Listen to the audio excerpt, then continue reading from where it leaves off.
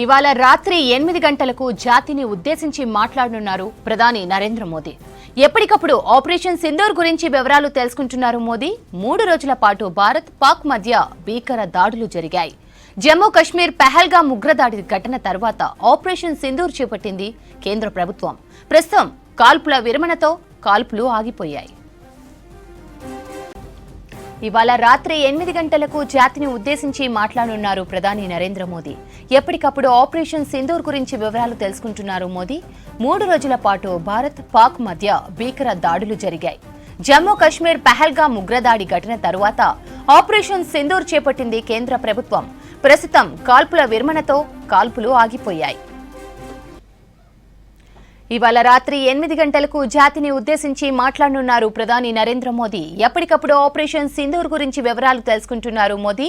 3 రోజుల పాటు భారత్ పాక్ మధ్య భీకర దాడులు జరిగాయి. జమ్మూ కశ్మీర్ పహల్గామ్ ఉగ్రదాడి ఘటన తరువాత ఆపరేషన్ సింధూర్ చేపట్టింది కేంద్ర ప్రభుత్వం. ప్రస్తుతం కాల్పుల విరమణతో కాల్పులు ఆగిపోయాయి. రాత్రి 8 గంటలకు మోదీ స్పీచ్ కు సంబంధించి మరింత సమాచారం ఢిల్లీ నుంచి మదార్ అందిస్తారు. మదార్, భారత్ పాక్ మధ్య ఉద్రిక్తతల తర్వాత మొదటిసారిగా ప్రధాని మోదీ మీడియాతో మాట్లాడుతున్నారు.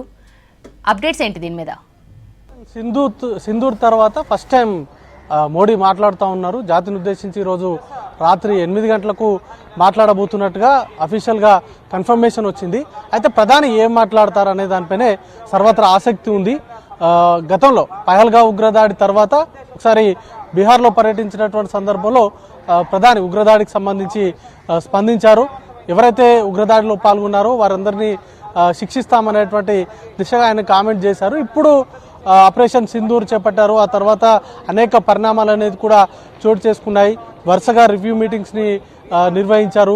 బార్డర్లో ఉన్నటువంటి సిచ్యువేషన్స్ కావచ్చు, లేకపోతే పాకిస్తాన్ చేస్తున్నటువంటి దాడులు, వీటన్నింటిపైన కూడా ప్రధాని స్థాయిలో దగ్గరుండి మరి మానిటరింగ్ చేశారు.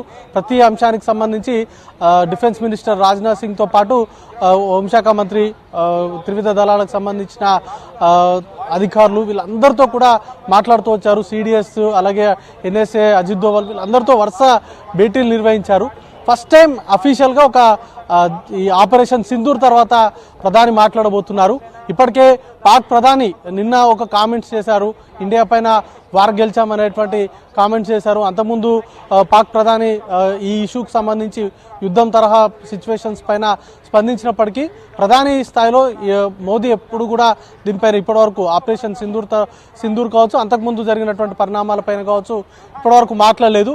అయితే ఫస్ట్ టైం మీడియా ఆయనకు సంబంధించినటువంటి వీడియో బయట అనేది ప్లే చేస్తారు. సాధారణంగా జాతిని ఉద్దేశించి మాట్లాడేందుకు కూడా పూర్తిగా ఏం మాట్లాడతారు అనే దానిపైనే అందరూ కాన్సన్ట్రేషన్ ఉంది.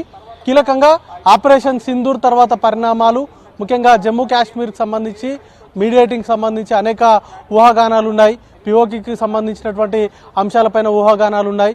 వీటన్నిటితో పాటు యుద్ధానికి సంబంధించి సీజ్ ఫైర్ వైలేషన్ తర్వాత దేశం తీసుకుంటున్నటువంటి చర్యలు కావచ్చు, అలాగే అమెరికాకు సంబంధించినటువంటి మీడియేటింగ్కి సంబంధించినటువంటి అంశాలపైన కావచ్చు అనేక ఊహాగానాలు ఉన్నాయి. వాటిపైన భారత్ ఇప్పటికే తన వైఖరిని స్పష్టం చేసింది. 2-3 రోజుల నుంచి జరుగుతున్నటువంటి రివ్యూ మీటింగ్స్లో కూడా భారత్ యుద్ధానికి సంబంధించినటువంటి అంశాలపైన కావచ్చు, లేకపోతే పాకిస్తాన్ వ్యవహరిస్తున్నటువంటి తీరుపైన కావచ్చు భారత వైఖరి చాలా స్పష్టంగా ఉంది. గతంలో కూడా త్రివిధ దళాలకు సంబంధించిన అధిపతులతో మాట్లాడినటువంటి సందర్భంలో కూడా ఆర్మీకి సంబంధించినటువంటి ఆపరేషన్స్ విషయంలో, ముఖ్యంగా యుద్ధం తరహా పరిస్థితులు కనుక ఉత్పన్నమైతే గ్రౌండ్ లెవెల్లో ఆచరించాల్సినటువంటి వ్యూహాలకు సంబంధించి కావచ్చు, చేపట్టాల్సినటువంటి ఆపరేషన్స్ విషయంలో కావచ్చు ఇప్పటికే ఫ్రీ హ్యాండ్ అనేది కూడా ఇచ్చారు. ఇక నిన్న జరిగినటువంటి మీటింగ్లో కూడా పాకిస్తాన్ సంబంధించినటువంటి దాడుల విషయంలో వాళ్ళు ఒక బుల్లెట్ పేరిస్తే మనం మిసైల్స్తో దాడి చేద్దాం అనేటువంటి దిశగానే భారత్ ఆలోచన ఉంది. ముఖ్యంగా ఉగ్రవాదానికి వ్యతిరేకంగా భారత్ పోరాటానికి సంబంధించి రాజీ లేని పోరాటం చేస్తుందనేటువంటి అంశాన్ని స్పష్టం చేస్తూనే పిఓకేకి సంబంధించినటువంటి విషయంలో కూడా భారత్ చాలా కాన్ఫిడెంట్గా ఉంది. పాకిస్తాన్ సంబంధించి దాన్ని భారత్ భూభాగం, అది భారత్కు అప్పగించాలనేటువంటి అంశం పైన క్లారిటీ ఉంది. ఈ విషయంలో ఎలాంటి మీడియేటింగ్ సంబంధించి మూడో దేశానికి సంబంధించిన మీడియేటింగ్కి సంబంధించి అంగీకరించేది లేదంటూ కూడా భారత్ తన వైఖరి స్పష్టంగా ఉంది. వీటికి సంబంధించినటువంటి అంశాలపైన పీఎం మాట్లాడతారనే దానిపైన కూడా ఊహాగానాలు నడుస్తూ ఉన్నాయి. దాంతోపాటు పెహల్గా ఉగ్రదాడితో పాటు అనేక దేశంలో జరిగినటువంటి ఉగ్రదాడులకు సంబంధించి భారత్ అనేక సాక్ష్యాధారాలను అంతర్జాతీయ సమాజం ముందు ఉంచింది. వాటితో పాటు గతంలో పుల్వామా అటాక్ జరిగి వాటికి సంబంధించినటువంటి ఖండనకు సంబంధించి కావచ్చు, లేకపోతే యుద్ధానికి సంబంధించి, లేకపోతే సీజ్ ఫైర్కి సంబంధించి ప్రధాని మాట్లాడతారనేటువంటి ఊహాగానాలు నడుస్తూ ఉన్నాయి. శ్రవంతి.